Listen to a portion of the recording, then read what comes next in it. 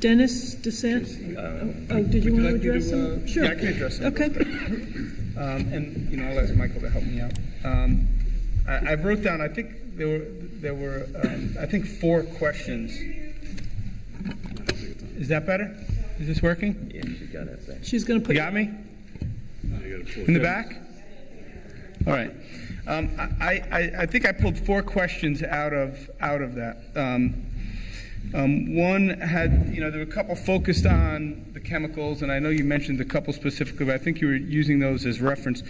And I know that chemicals, when you start looking at those names, they sound pretty dangerous, right? And obviously in large quantities, they might be, but we're talking about very small quantities.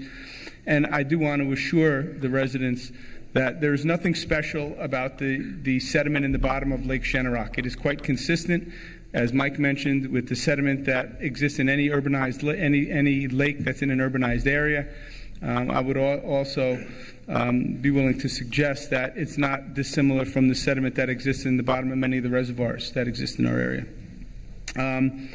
There was a mention about leaching out, and these where they would leach out if we took it out and dredged a part of the lake and not the entire lake. That the whatever was left in the sediment in the non-dredged areas would leach out into the water and would go on to the beach areas. So let's think about that for a second. That sediment has been sitting in the bottom of that lake for quite a long time. It hasn't been removed, to my knowledge, since it's been deposited there. So therefore, if that leaching would occur, we would pick it up in our testing. By removing the sediment on a portion of the lake and not the other portion is not going to make the sediment that it remains any more mobile or any more soluble than it exists as it sits there today. So given the rigorous testing that is required by the Board of Health, coupled with the testing we've already done, we're comfortable moving forward in this regard, and you can feel comfortable because obviously the rigorous testing that the Board of Health requires is focused on protection of public health. There was a comment relative to the cleaning, therefore we should clean the whole lake. I want to just, I should restate this. We're just using different means. In the end, all the sediment will be removed. Some is going to be removed by mechanical means very early in the project to create the swimmable area. The remainder will be removed over time in more passive ways, using other more passive systems, as similar to the clean flow, which is one that I happen to reference. So over time, the remainder would also be removed. This is a less costly way to get to the same end.